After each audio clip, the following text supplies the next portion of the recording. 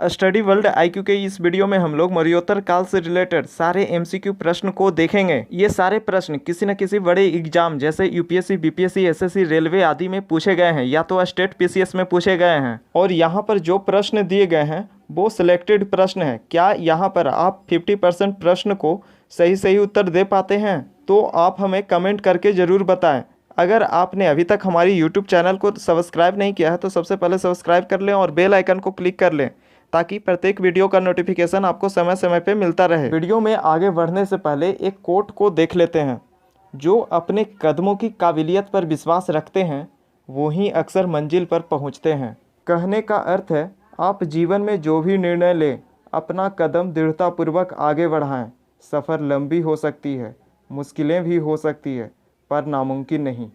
आइए इसी कोट के साथ आगे बढ़ते हैं। पहला प्रश्न है, चरक किसके राज्य चिकित्सक थे?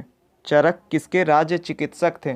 इसका उत्तर होगा ऑप्शन नंबर डी, कनिष्क के। कनिष्क कुषाण वंश के शासक थे।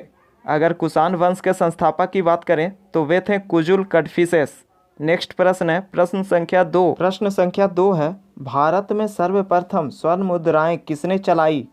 भारत में सर्वप्रथम स्वर्ण मुद्राएं किसने चलाई? इसका उत्तर होगा option number B, Indo Bactrian मतलब हिंद यूनानी ने भारत में सर्वप्रथम स्वर्ण मुद्राएं चलाई। हिंद यूनानी पाकिस्तान और अफगानिस्तान में रहने वाले लोगों को कहा जाता था। स्वर्ण मुद्राओं से रिलेटेड ये 3 प्रश्न काफ़ी ज़्यादा आपके एग्जाम में पूछे जाते हैं। पहला तो ये, भारत में सर्वप्रथम स्वर्ण मुद्राएं किसने चलाई? इसका उत्तर था इंडो बैक्ट्रियन। दूसरा प्रश्न है, भारत में शुद्ध सोने के सिक्के किसने चलाए? सबसे शुद्ध सोने के सिक्के भारत में कुषाण शासकों ने चलाए और सबसे अधिक सोने के सिक्के जो चलाएं वो गुप्त शासकों ने चलाएं। ये 3 प्रश्न आप काफ़ी ध्यान से पढ़ लें, यहाँ से एग्जाम में प्रश्न पूछे जा सकते हैं। नेक्स्ट प्रश्न है प्रश्न संख्या 3। किस संग्रहालय में कुषाण कालीन मूर्तियों का अधिक संग्रह है? किस संग्रहालय में कुषाण कालीन मूर्तियों का अधिक संग्रह है? इसका उत्तर होगा ऑप्शन नंबर ए, मथुरा संग्रहालय में कुषाण कालीन मूर्तियों का अधिक संग्रह है। गंधार कला शैली का प्रचलन कुषाण काल से हुआ। गंधार कला शैली जो मिश्रण है भारत और यूनानी कला शैली का मिश्रण है। गौतम बुद्ध की सर्वाधिक मूर्तियां गंधार कला शैली की मिली है। इस शैली में अमूमन देखा जाता है चेहरे, भाव, कान, आँख और मुंह की लंबाई थोड़ी अधिक होती है, जैसा कि यहाँ गौतम बुद्ध की देख सकते हैं। प्रश्न संख्या 4 है, निम्न में किसने सोने के सर्वाधिक सिक्के जारी किए हैं? निम्न में किसने सर्वाधिक सोने के सिक्के जारी किए हैं?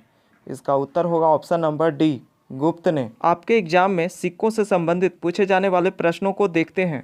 सर्वप्रथम सोने के सिक्के जो जारी किया था वो हिंद यूनानी शासकों ने, जिसे हम इंडो बैक्ट्रियन शासक बोलते हैं। लेकिन सबसे शुद्ध सोने का सिक्का जो जारी किया था कुषाण शासकों ने। और बात करें सर्वाधिक स्वर्ण मुद्राएं जारी करने वाले शासक जो थे वे थे गुप्त शासक। अगर बात करें सातवाहन शासकों की तो उन्होंने शीशे के सिक्के चलाया था।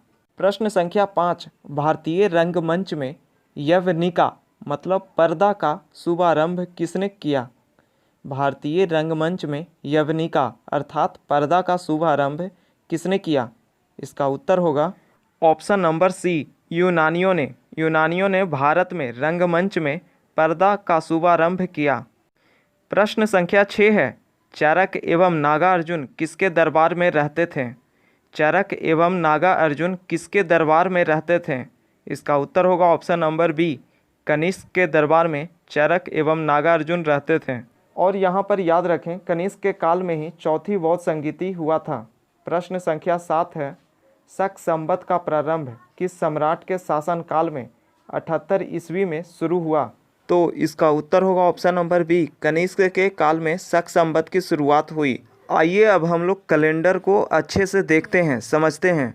विक्रम संवत की बात करें तो विक्रम संवत की शुरुआत 58 ईसा पूर्व में हुई और इस संवत की शुरुआत राजा विक्रमादित्य ने की थी। और शक संवत की शुरुआत जो थी 78 ईस्वी में कनिष्क के द्वारा की गई थी। और भारत सरकार का राष्ट्रीय संवत जो है शक संवत है। लेकिन भारत के कुछ भूभाग में विक्रम संवत को भी लोग फॉलो करते हैं। शक और विक्रम संवत में महीनों का नाम समान है, चैत बैसाख जेठ आषाढ़ सावन भादो ये सब से शुरू होता है। हालांकि इनमें दिनों में अंतर पाया जाता है। भारत में ग्रेगोरियन कैलेंडर को भी अपनाया गया है। इसके महीने जो हैं जनवरी फरवरी से स्टार्ट होते हैं। अगर आप इस पर विशेष रूप से वीडियो चाहते हैं तो आप हमें कमेंट करके ज़रूर बताएं। आपके एग्जाम में गुप्त संवत से भी रिलेटेड प्रश्न पूछे जाते हैं। गुप्त संवत की बात करें तो इसकी शुरुआत 320 ईस्वी में किया गया गुप्त सम्राट चंद्रगुप्त फर्स्ट के द्वारा। अगर आप सारे संवत से रिलेटेड कोई वीडियो चाहते हैं तो आप हमें कमेंट करके ज़रूर बताएं। प्रश्न संख्या 8 है, सातवाहनों की राजकीय भाषा क्या थी? सातवाहनों की राजकीय भाषा क्या थी? इसका उत्तर है ऑप्शन नंबर सी, प्राकृत। सातवाहनों की राजकीय भाषा जो थी वो थी प्राकृत। और सातवाहनों ने सिक्के जो चलाए वे शीशे के सिक्के चलाएं। याद रखें, शीशे के सिक्के सातवाहनों ने चलाए। प्रश्न संख्या 9 है, किस चीनी जनरल ने कनिष्क को हराया था? किस चीनी जनरल ने कनिष्क को हराया था? इसका उत्तर होगा ऑप्शन नंबर सी, पेन चाओ ने। पेन चाओ चीनी जनरल था जिसने कनिष्क को हराया था। नेक्स्ट प्रश्न है प्रश्न संख्या 10, उत्तर पश्चिम भारत में सर्वाधिक तांबे के सिक्के जारी किसने किया था?